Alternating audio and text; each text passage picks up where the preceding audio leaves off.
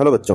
तो कल जो हमारी फर्स्ट वीडियो थी पॉलिनोमियल्स की, जिसमें हमने पॉलिनोमियल्स के बारे में पढ़ा था। पॉलिनोमियल्स क्या होते हैं, क्या डिग्री होती है, क्या कांस्टेंट टर्म्स होती हैं, क्या कोफिशिएंट होता है, जो लीनियर पॉलिनोमियल कौन सा होता है, क्वाड्रिक कौन सा होता है, क्यूबिक कौन सा होता है, इन सब के बारे में हमने कल पढ़ा था। एक क्विक रिवाइज करवा देता हूँ आपको। 2x+5 अगर डिग्री 1 हो तो इसको क्या बोलते हैं? लीनियर बोलते हैं। अगर x² + 5x + 6 अगर डिग्री 2 हो तो इसको क्वाड्रिक बोलते हैं, ठीक है। और अगर डिग्री क्या हो 3, डिग्री क्या हो 3, अगर मैक्सिमम पावर क्या है 3 है तो इसको क्या बोलते हैं? क्यूबिक बोलते हैं। ये हमने कल थोड़ा सा पढ़ लिया था। अब इसके अंदर हमने ये भी देखा था कि कोफिशिएंट क्या होता है। और अगर मैं कोफिशिएंट की बात पूछूं, अगर हम यही एग्जांपल लेते हैं x² + 5x + 6। अब इसके अंदर हम सभी चीज़ें एक ही चीज़ में कवर करते हैं कि हमारे पास कोफिशिएंट क्या था। कोफिशिएंट वो होता है जिसका भी कोफिशिएंट आपसे पूछा जाए उसके सामने जो नंबर लग रहा है। अगर मैं पूछूं यहाँ पे x का कोफिशिएंट क्या है तो x के साथ क्या लग रहा है 1, तो आप कहोगे 1 लग रहा है। अगर मैं पूछूं x का कोफिशिएंट क्या है तो आप कहोगे x के साथ क्या लग रहा है +5, तो x का कोफिशिएंट क्या आ गया +5। और अगर इसमें कांस्टेंट टर्म जिसके साथ x y z वेरिएबल कुछ भी नहीं लगा हुआ तो वो कौन सी थी? 6। तो ये हमारे पास क्या होगी? कांस्टेंट टर्म होगी, ठीक है। और टर्म्स हम कैसे काउंट करते थे? प्लस या माइनस के साइन से 1 टर्म, फिर प्लस का साइन सेकंड टर्म या थर्ड टर्म, 3 टर्म हो तो इसके लिए इसको क्या बोलते थे? ट्राइनोमियल। अगर एक टर्म है इसमें 2 टर्म्स हैं तो इसको क्या बोलेंगे? बाइनोमियल। ये सारा हमने लास्ट लेक्चर में किया था। और आपको अगर ये इसमें कोई कंफ्यूजन है तो प्रीवियस वीडियो जाके आप देख सकते हो।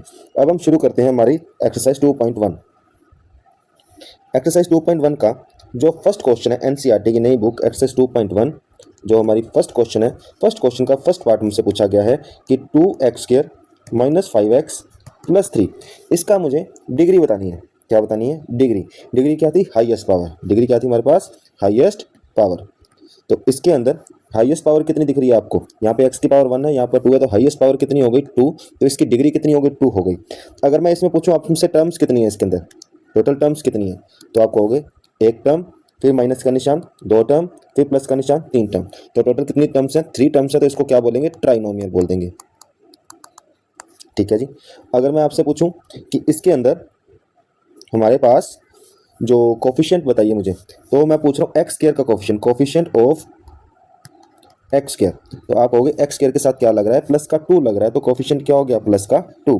अगर मैं कहूँ कोफिशिएंट बताओ x का, किसका कोफिशिएंट बताना है? x का। आप देखो x के साथ क्या लग रहा है।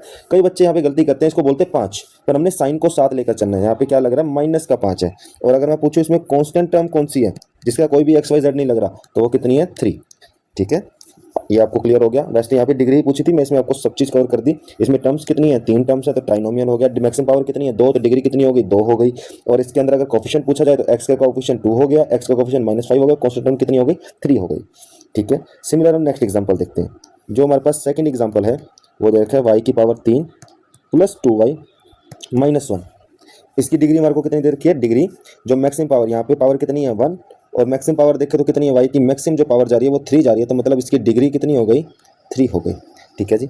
और अगर इसमें कोफिशिएंट पूछ लेता तो यहाँ y³ का कोफिशिएंट पूछे तो y³ का कुछ नहीं लग रहा, हम 1 लगा सकते हैं, तो y³ का कोफिशिएंट पूछता तो 1। अगर y का कोफिशिएंट पूछता तो कितना दे रखा है? 2 दे रखा है। सिमिलर हमारे पास क्या है? थर्ड एग्जाम्पल -9, जो हमने कल भी एक किया था कि जब भी कोई ऐसा नंबर आ जाए जो सिंपल नंबर 1 2 3 4 5 10 ऐसा कुछ आ जाए तो ये इनको बोलते हैं कांस्टेंट पॉलिनोमियल। क्या बोलते हैं? Constant polynomial. जो कांस्टेंट पॉलिनोमियल होते हैं इनकी डिग्री हमेशा क्या होती है?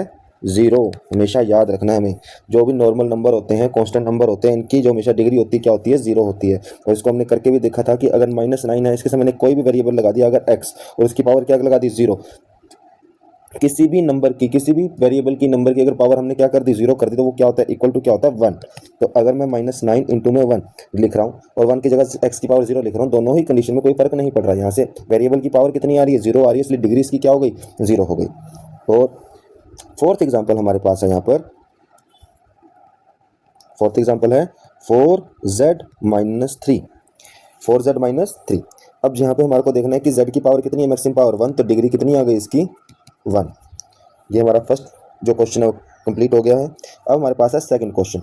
सेकंड क्वेश्चन के अंदर हमसे पूछा जा रहा है राइट ए पॉलिनोमियल। एक पॉलिनोमियल लिखना है, कोई भी पॉलिनोमियल आपको बनाना है जो आपका दिल करे, पर क्या दे रखा है? डिग्री 1 का, डिग्री 2 का और डिग्री 3 का। अब इसके अंदर हमारे को ट्राइनोमियल, मोनोनोमियल या बाइनोमियल ऐसी कोई कंडीशन नहीं दी है, हम कितनी भी टर्म्स को ले सकते हैं, पर हमारे को सिर्फ कंडीशन क्या है, डिग्री 1 का बनाना है। तो डिग्री 1 का बनाने के लिए हम x की पावर 1, ये भी एक पॉलिनोमियल है, किसका, डिग्री 1 का। अगर मैं 2x + 5 कर दूं, ये भी क्या हो गया, एक पॉलिनोमियल बन गया, इसकी वेरिएबल की मैक्सिमम पावर क्या है, 1 है। अगर मैं यहाँ पे इसको 3x की पावर 1 - 6 कर दूं, ये भी क्या बन गया, हमारे पास एक पॉलिनोमियल बन गया डिग्री 1 का। सिमिलर अगर डिग्री 2 का बनाना है तो मैक्सिमम पावर कितनी होगी, 2 होगी। x² + 5 कर दिया, ये एक पॉलिनोमियल बन गया, किसका, डिग्री 2 का।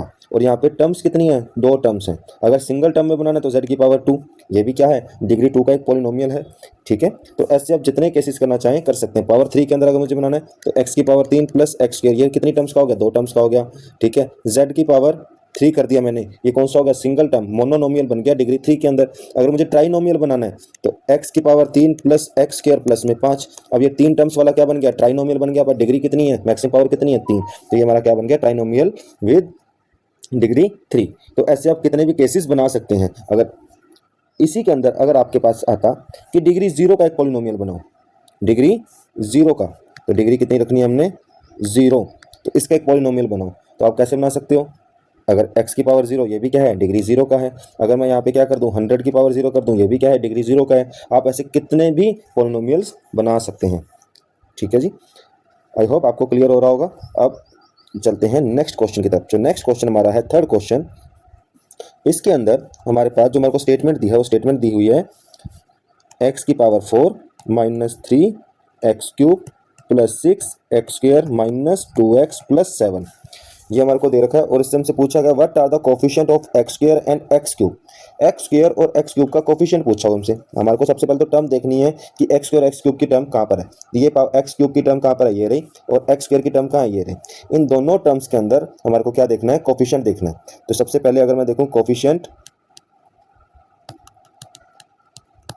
ऑफ x³, आपने इस तरह लिखना है, कोफिशिएंट ऑफ x³, ये हमारे को दे रखा है, x³ का कोफिशिएंट पूछना है। अब x³ के साथ क्या सा नंबर लग रहा है, तो आप कहोगे -3 लग रहा है, तो x³ का कोफिशिएंट क्या हो गया, -3।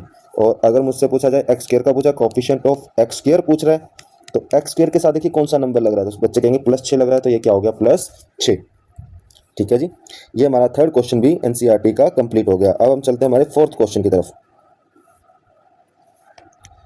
फोर्थ क्वेश्चन हमारे पास है, what is the coefficient of z in polynomial this. Polynomial हमारे को दे रखा है 4z³ + 5z² - 1, इसके अंदर मुझसे z का कोफिशिएंट पूछा है। क्या पूछा है, z का कोफिशिएंट।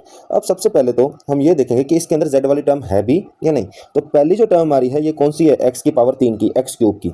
दूसरी टर्म जो हमारी है वो क्या है, x की पावर 2 की, पहली x की पावर 3, दूसरी x की पावर 2, और लास्ट वाली कांस्टेंट टर्म है। क्या आपको इसमें कहीं भी z वाली टर्म दिख रही है, ऑब्वियस सी बात है, अगर नहीं है तो ही दिख रही है। अगर मैं इसको यूँ लिख दूँ, 4z की पावर 3 + 5z² + 0z - 1, 11। अब कहेंगे सर 0 × z क्यों लिख दिया। अब 0 × समथिंग क्या होता है, 0, तो ओवरऑल टर्म क्या बनाएगी, 0 बनाएगी। तो अब इससे हुआ क्या कि z की पावर 1, उसका अगर मुझे कोफिशिएंट देखना है तो आप कहोगे z की पावर 1 के साथ क्या लग रहा है, 0 लग रहा है। तो यहाँ से अगर z का कोफिशिएंट पूछ रहे हैं तो कितना आ गया, 0। बिकॉज z का कोफिशिएंट 0 क्यों आया, क्योंकि इसके अंदर z वाली टर्म थी ही नहीं, z वाली टर्म थी नहीं, तो मतलब वो टर्म z वाली टर्म क्या थी, 0 थी। अब 0 कैसे हो सकती है, क्योंकि वो 0 से मल्टीप्लाई होगी, तो z के आगे क्या होगा, 0 होगा। तो 0 होगा तो क्या हो जाएगा, कोफिशिएंट कितना आ जाएगा, 0। ये आपका फोर्थ क्वेश्चन भी कंप्लीट हो गया। इसके अंदर आप क्या लिखोगे, कैसे, coefficient of z in polynomial is equal to 0। Is it clear. चलिए, और लास्ट क्वेश्चन हमारे इस एक्सरसाइज का फिफ्थ क्वेश्चन अब हम करते हैं। फिफ्थ क्वेश्चन हमारे को दे रहा है what is the constant term in polynomial. Polynomial हमारे पास लिखा गया है 9x³ + 5x² - 8x - 10। ये पॉलिनोमियल हमारे को दे रखा है, और इस पॉलिनोमियल के अंदर हमसे पूछा गया है कि what is the constant term. अब कांस्टेंट टर्म कौन सी होती है, सही बच्चों को पता होगा, वो टर्म जिसके साथ कोई भी वेरिएबल नहीं लगा होता। अगर मैं पहली टर्म को देखूं, ये हमारी फर्स्ट टर्म, फिर प्लस का साइन ये हमारी सेकंड टर्म, फिर माइनस का साइन ये हमारी थर्ड टर्म, फिर माइनस का साइन ये हमारी फोर्थ टर्म। तो इसमें टोटल 4 टर्म्स हैं। चार टर्म्स में देखो कौन सी ऐसी टर्म है जिसके साथ कोई भी वेरिएबल नहीं लग रहा, तो इसके अंदर भी x की पावर 3 लग रहा है, इसमें x की पावर 2 लग रहा है, इसमें x की पावर 1 लग रहा है। ये अकेली ऐसी टर्म है जिसके साथ कोई भी वेरिएबल नहीं लग रहा, तो यही हमारी क्या हो गई, कांस्टेंट टर्म हो गई। क्या हो गई, कांस्टेंट टर्म। और पूछे कांस्टेंट टर्म कितनी है, तो माइनस में 10, माइनस का साइन जरूर लेना है। कांस्टेंट टर्म हमारी कितनी आ गई, माइनस का 10। ये हमारी जो 2.1 एक्सरसाइज है नई एनसीईआरटी की, नई बुक की, वो आपकी कंप्लीट हो चुकी है। अब सेकंड एक्सरसाइज के लिए नेक्स्ट वीडियो के अंदर हम आपसे मिलेंगे, और इस वीडियो के अंदर अगर कोई चीज़ समझ नहीं आई हो तो आप कमेंट करके बता सकते हैं, वो आपकी जो प्रॉब्लम है उसको दूर कर दिया जाएगा।